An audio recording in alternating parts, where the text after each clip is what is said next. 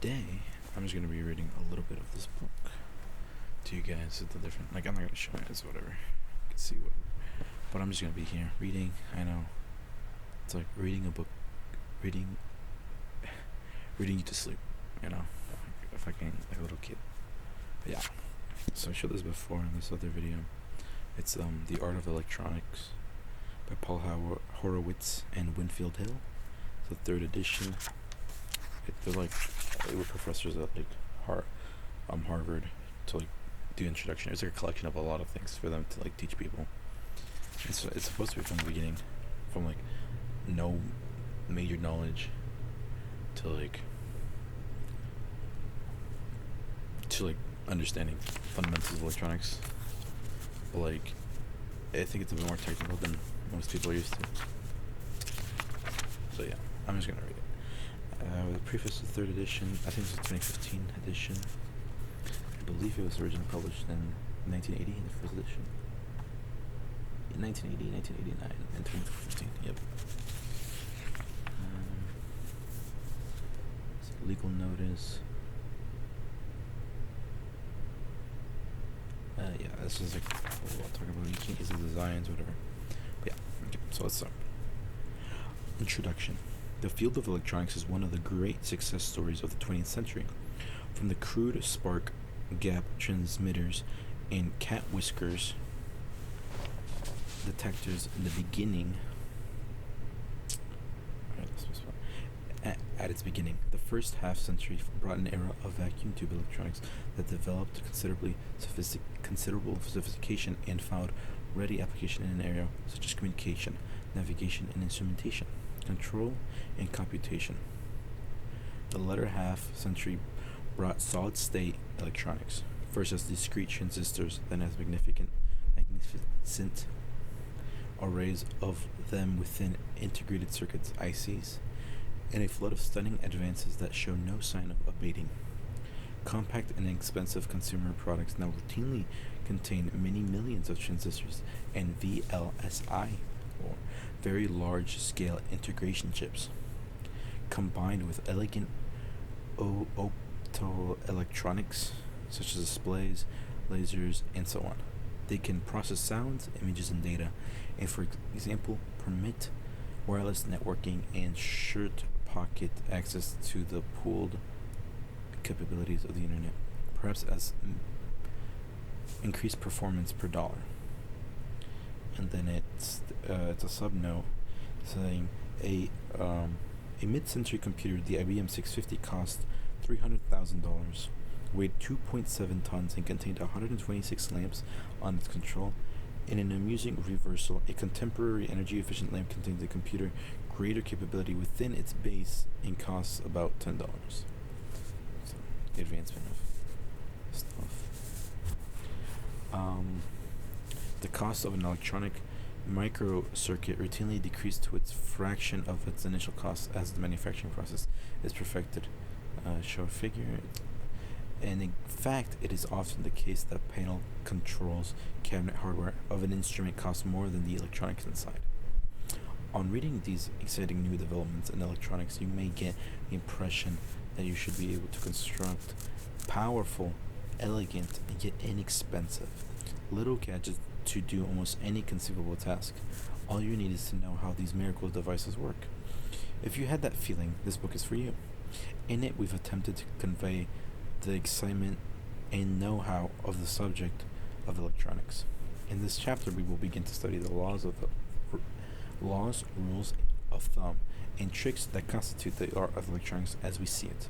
It is necessary to begin at the beginning with talk of the voltage, current, power, and the components that make up electronic circuits.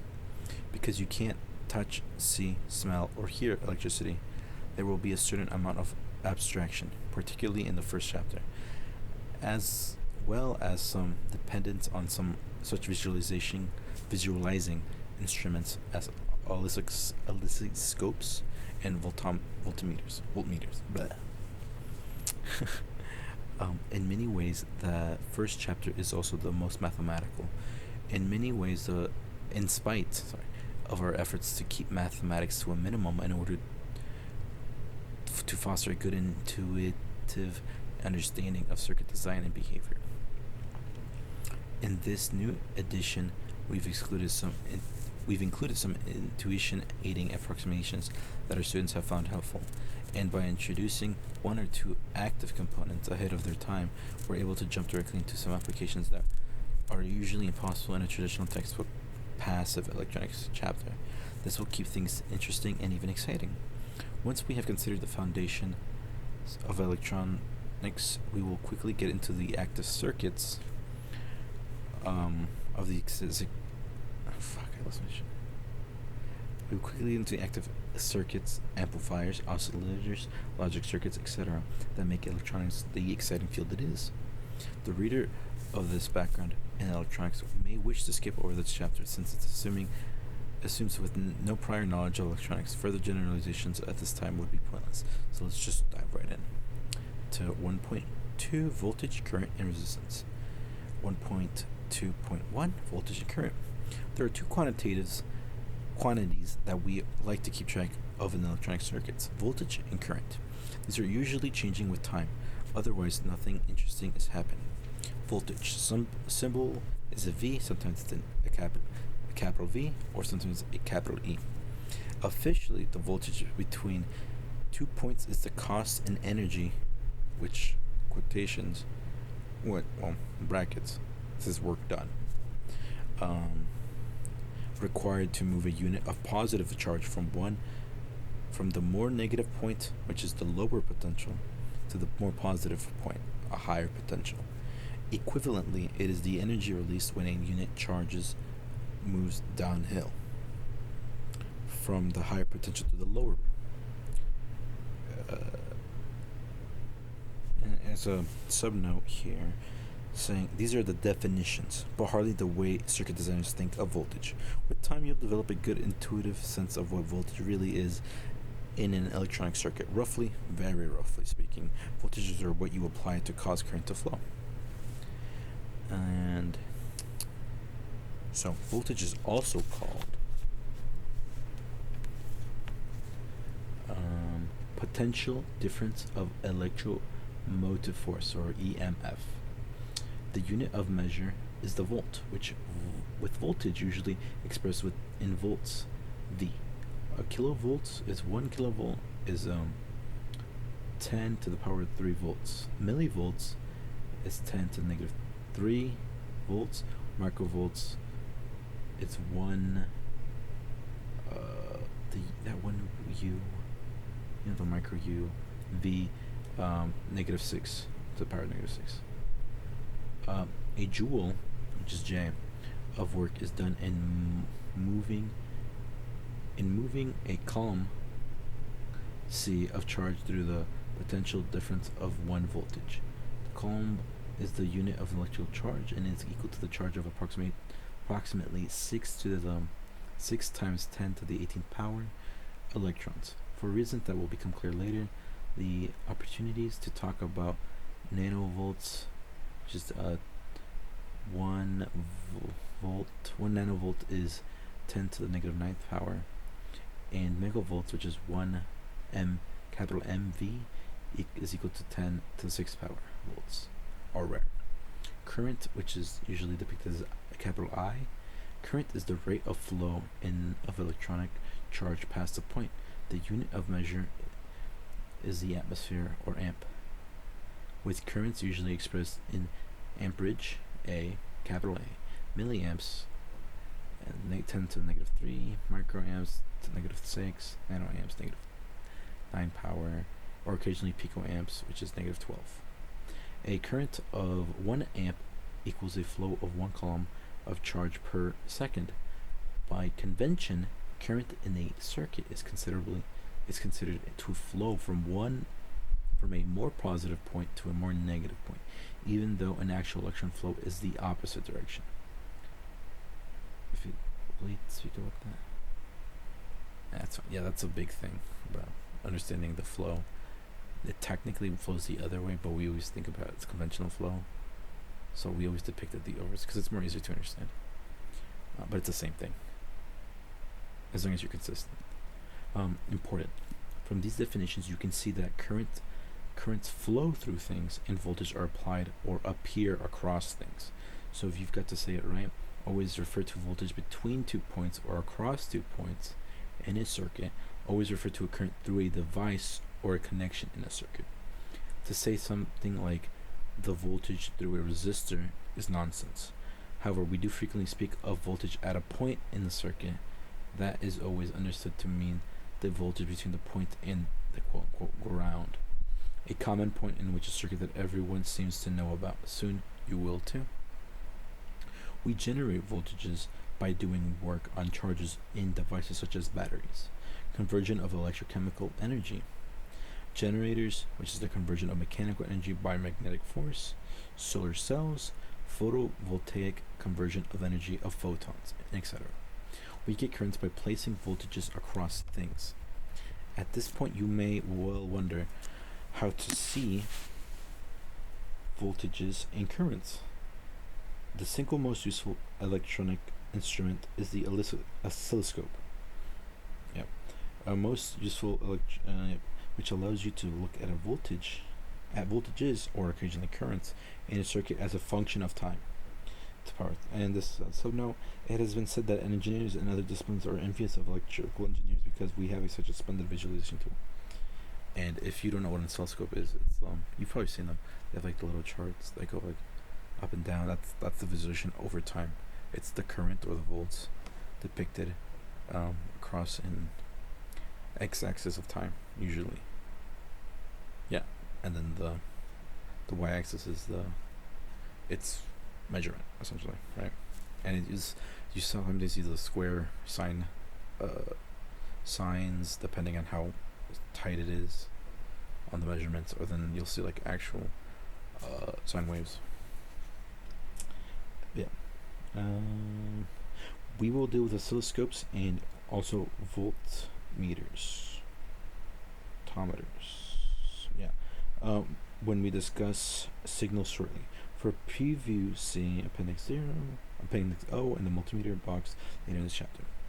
In circuits, we connect things together with wires, metallic conductors, each of which have the same voltage on it everywhere with respect to ground. Say, and then also note, in the domain of high frequencies or low impedances, that isn't strictly true. We will have to say more about this later and in chapter 1x. For now, it's a good approximation. We mentioned this now so that you realize that an actual current doesn't have to look like it's symmetric design because wires can be rearranged. Here are some simple rules about voltage and current. I think they're getting at there. Like you would see like the design boxes where they're like all like perfectly squared out, but they're never gonna actually look like that. That's just like the rough idea. That's the idea of it. But when they're on the circuit board, or they're actually maybe wired on a wall or in a device, it's gonna be everywhere. It's gonna be, however, it's more efficient to space it together. And here they're talking about simple rules. 1. The sum of the currents into a point into a circuit equals the sum of the currents out, which is conversion of charge. And this is sometimes called Kirchhoff's current law, which is KCL. Engineers like to reference to this point as a node. It follows for a series circuit or a branch of two terminals, things all connected to end, the current is everywhere. The current is the same everywhere. So this is difficult to like describe now. I've learned about this. So it's saying that the current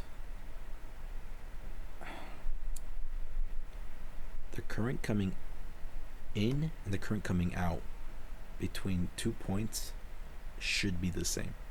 If there's nothing, no, it doesn't. It should be the same. The sum of the currents, because if there's like multiple output, all of you add them all together, or like wherever it splits off inside the current. If it comes out at another point, it should be the same. It should all add up to the same one as it comes out, because it shouldn't be losing current, technically. If that makes sense. 2. Things hooked in a parallel circuit have the same voltage across them. Restated, the sum of the voltage drops from A to B via one path through a circuit equals the sum of by any other route and is simply the voltage between A and B. Another way to say it that the sum of the voltage drops around any closed circuit is zero. This is Kirchhoff's voltage rule. This is the same thing. It's like a parallel thing. They're just like they're in parallel essentially, so they're not like mixing together or doing anything. They're just going straight. Well, connecting still back, and the voltage should equal zero. Like you'll do like one's positive voltage and the other one's the voltage being used, and then combine that together. It should cancel out essentially. And 3, the power, which is energy per unit time consumed by a circuit, is P equals VI. So this is simply energy slash charge times charge slash time. That's to equal power. For V in volts and I in amps, P comes out in watts. A watt is a joule per second.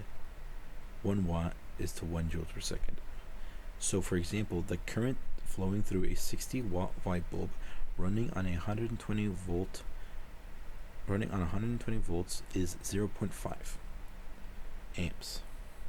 Power goes into heat usually, or sometimes mechanical work, motors, radiated energy, lamps, transistors, or stored energy, which is batteries, capacitors, and inductors. Managing the heat load on a complicated system, i.e., a large computer and many kilowatts of electrical energy are converted to heat with the energetically insignificant product of the few pages of computational results, can be a crucial part of the system's design. So they're saying for you to account for heat. So if you've never seen like older incandescent lights, kind of stuff like that, right?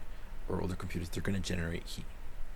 And you have to somehow account for that because you have to account for the material properties used to design in the actual circuits and the structure of your device, right? Like if you have a plastic casing housing for it, but your parts are getting too hot, it may melt the housing, and then your thing is all destroyed. And then it has a figure here with a section of common resistor types, and then it's a bunch of like, most people see like the little ones that you can connect with the little stripes on them, but there's like different industrial levels of them, whatnot. Soon when we deal with periodically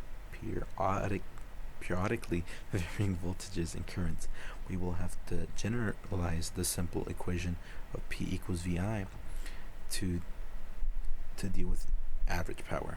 But it's correct as the statement instantaneous power just as it stands. Incidentally, don't call current amperage. That's strictly Bush League. Subnote. Unless you're a power engineer working with a giant 13 kilovolt transformer and the likes, those guys are allowed to say amperage. So just think, don't be a nerd about it. The same caution will apply to the ohmage. Also, dude, ohmage is not the preferred nomenclature. Resistance, please. Oh, for like ohms, because resistance is called in ohms. So don't say like ohmage. It's like an old timey thing, probably. Of when we get to resistance in the next section. 1.2.2 relationship between voltage and current. Resistors. This is a long and interesting story. It is the heart of electronics. Crudely speaking, the name of the game is to make and use gadgets that have interesting and useful I versus V characteristics. Resistors. Which is I simply proportional to V. Capacitors. I proportional to the rate of change of V. Diodes. I flow in only one direction. Thermistors. Temperature dependent resistors. Photoresistors. Light dependent resistors. Strain gauges. Strain dependent resistors, etc. are examples. Perhaps more interesting still are three terminal devices such as transistors, in which the current can flow between a pair of terminals is controlled by the voltage applied to the third terminal. We will gradually get into some of these exotic devices. For now, we will start with the most mundane and most widely used circuit element, the resistor. and it's depicted usually. It says here, shows you, by like three, like a kind of squiggly line, but it's like triangles. Um, so, a resistors, resistance and resistors. It is an interesting fact that current through a metallic conductor or other partially conducting material is proportional to the voltage across it. In the case of wire, and then it has a chart of prefixes on the next page, which is good, but I think most people learn about this stuff at school. So. And you can Google it, so it's not really much of an issue. Conductors used in circuits. We usually choose a thick enough gauge of wire so that the voltage drops will be negligible. There is by no means a universal law for all objects. For instance, the current through a neon bulb is a highly nonlinear function of the applied voltage. It is zero up to the critical voltage, at which point it rises dramatically. The same goes for a variety of interesting special devices, diodes, transistors, light bulb, etc. And then it goes on. If you are interested in understanding why metallic conductors behave the way, read 4.4- to 4.5 in Purcell and Monroe's splendid text, Electricity and Magnetism. So there's a book reference it gives you. A resistor made out of some conducting stuff, which describes as carbon or a thin metal or a carbon film or wire of polar conductivity with a wire or contacts at each end. It is characterized by its resistance, which is R equal to V divided by I. R is in ohms for V in volts and I in amps. This is known as Ohm's law. Typical resistors of the most frequently used type, metal oxide film and metal film or carbon film, come in values from 1 ohm, and then uses ohms are usually depicted in the omega symbol, to about 10 mega ohms. Mega ohms. It's not mega. Maybe it is. I think it is. It's so strange. Yeah, it just doesn't have an A. Resistors are also characterized by how much power they can safely dissipate. The most commonly used ones are rated at 1/4 or 1/8 watts. Their physical size, subnote, the size of chips, resistors, and other components intended for surface mounting are specified by a 4-digit size code in which each pair of digits specified a dimension in units of 0.0010 n or 0.25 millimeters. For example, a 0.805 size resistor is 2 millimeters by 1.25 millimeters, or 80 mils by 50 mils. 1 mil is 0.001 n, which I'm not really sure what they mean by that. This is like the power n, but I'm not sure what that's referring to. The height must be separately specified. To add confusion to this simple scheme, the 4-digit size code may instead be metric, sometimes without saying so, in a unit of 0.1 millimeters. Thus, a 0.0805 English is also a 2012 in metric.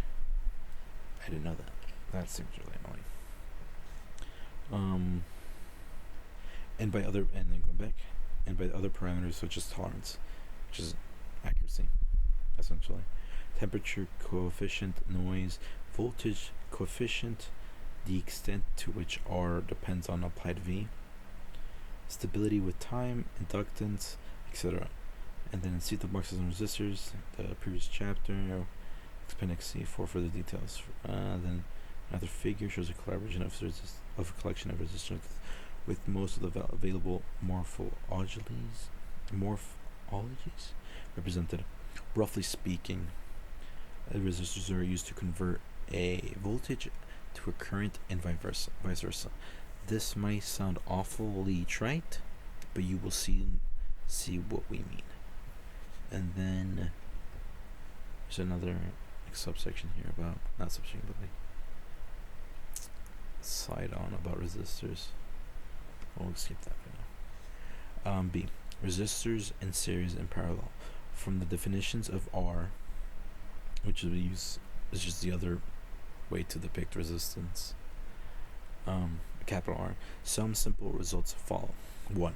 The resistance of two resistors in series is, so the resistance is equal to resistance 1 plus resistance 2. By putting resistors in series, you always get a larger resistor. So as long as they're together, they'll just add to each other, and that's what you use to calculate the information, the overall resistance. It's not like it'll come back up. It's just like generic methods. The resistance of two resistors in parallel, which is different. So in series, right, they're like one after another. Now parallel, they're separated from each other. That's different. So the resistance of two resistors in parallel is R. The overall resistance is equal to R1 times R2 over R1 plus R2. Or, okay, this, I don't know why you would ever use this. The overall resistance is equal to 1 over R1 plus 1 over R2. That's all under the initial one. I would just use the first one. I think that's what I've always used. By putting resistors in parallel, you always get a smaller resistor. Resistance is measured in ohms, omega, but in practice we frequently omit the omega symbol when referring to resistors that are more than 1000 ohms, 1 kilo ohm. Let's say 4.7 kilo ohm resistors often referred to as 4.7K resistor, and a 1 mega ohm resistor as a 1 mega resistor with, or 1 meg. And then subsection of that is a popular international alternative notation replaces the decimal point with the unit multiplier, thus 4K7 or 1MO. Wait, what? A 2.2 ohm resistor becomes a 2R2. There's analogous schemes for capacitors and inductors. Oh yeah, I've seen that before. It's always confusing. And then that's the end of the chapter. There's some like math problems. If I might do later. Well, it's like some exercises that I don't want to do. I mean, I can see what I do in my head. You have a 5K resistor and a 10K resistor. What is their combined resistance in series and in parallel? So, in series, 5K plus 10K is equal to 15K. So, that one's not hard. So then, 5 times 10 is 50 over 15. 50 over 15 is... that doesn't come out well. Doesn't come out good. It's like 4 point something, I think. Let me check. Cause yeah. So it's like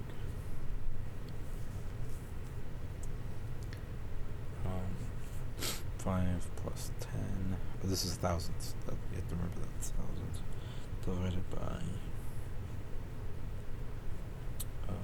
5. I know I'm multiplying it. And then I add plus 15. Nope. 10. Nah, I was wrong. It's 3.3. Because 15 and then 15. That makes 30. Plus another 15 makes like 45. And then you divide that. 50. Yeah.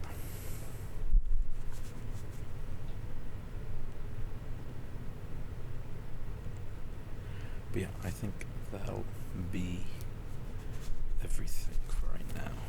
It's like a short video. You might keep reading it, or another book I get. Anything else you guys want to read?